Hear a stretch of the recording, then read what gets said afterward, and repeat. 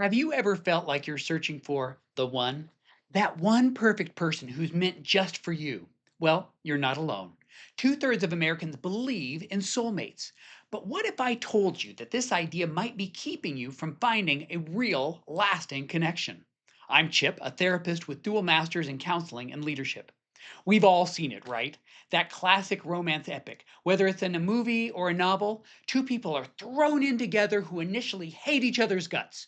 From Beauty and the Beast to The Proposal, sparks fly as the two try to score points or avoid each other without success because Kismet has other plans.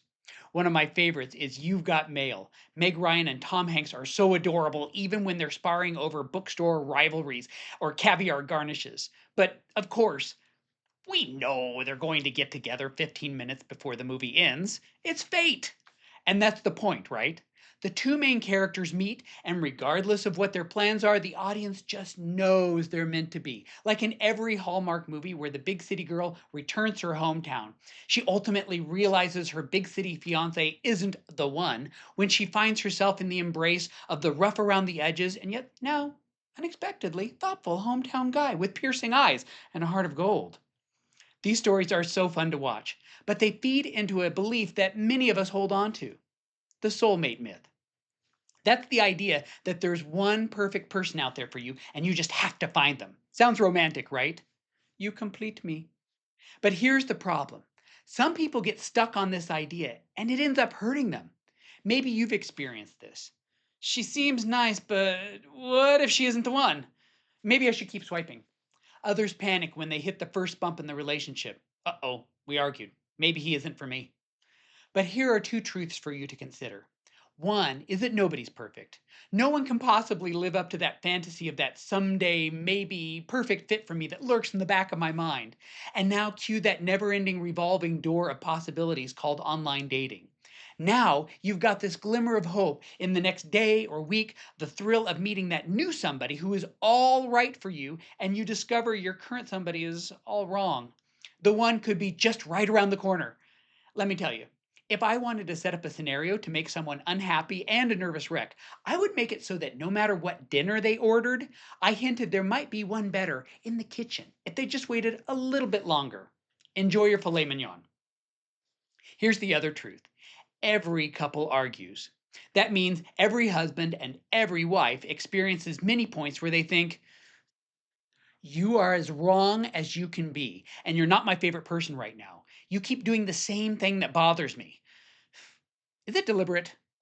In fact, research shows that 69% of all relationship conflicts are irresolvable, according to Dr. John Gottman, a leading expert on relationships. What matters is how you handle these conflicts, how you stay connected.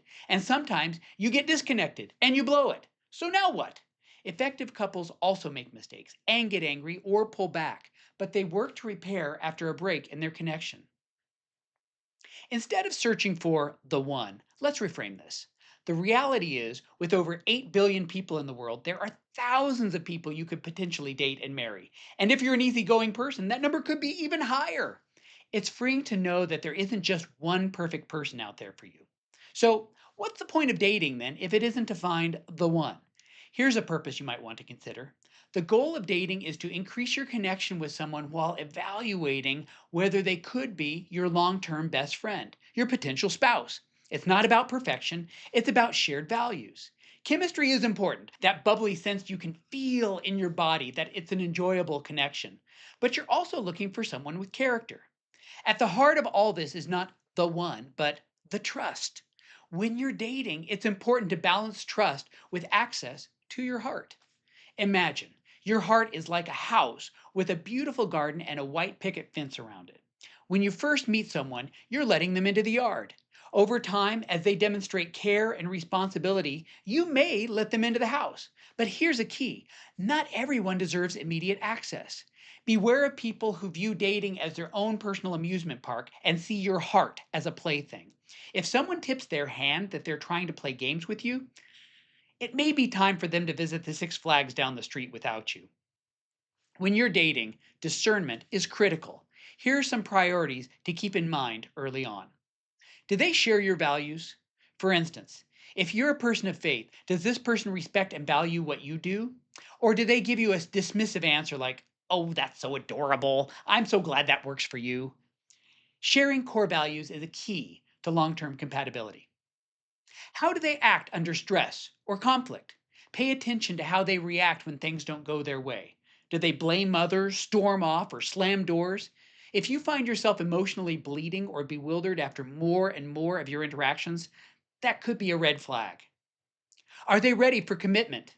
Many people can say they're interested in a relationship, but not everyone is ready for the responsibility of a long term commitment. Like anything worth investing in, relationships take work and a lot of it. Are they equipped and willing to do that work? Can you depend on them? Do they have a sense of purpose, or are they drifting aimlessly? Are they responsible with their time, money, and goals, or do they act more childish and avoid responsibility? If they're not ready for the commitment you're looking for, it's okay to press pause. There's no rush. Take your time to find someone who's truly ready to walk alongside of you. You may feel pressure from well meaning friends or family, but really, you have complete freedom. You can choose to date or not date whomever you choose on your timetable. Dating is about discovering someone who shares your values, treats you with care, and is ready for the journey of building a life together. Forget the pressure of finding the one. Focus on finding someone who's a good fit for your life and your heart. What do you think? Are you still looking for the one? Or is it freeing to know there could be many delightful people so long as it's someone you can trust? Feel free to share your thoughts in the comments below. I'd love to hear from you. Oh, and by the way, I'm rooting for you.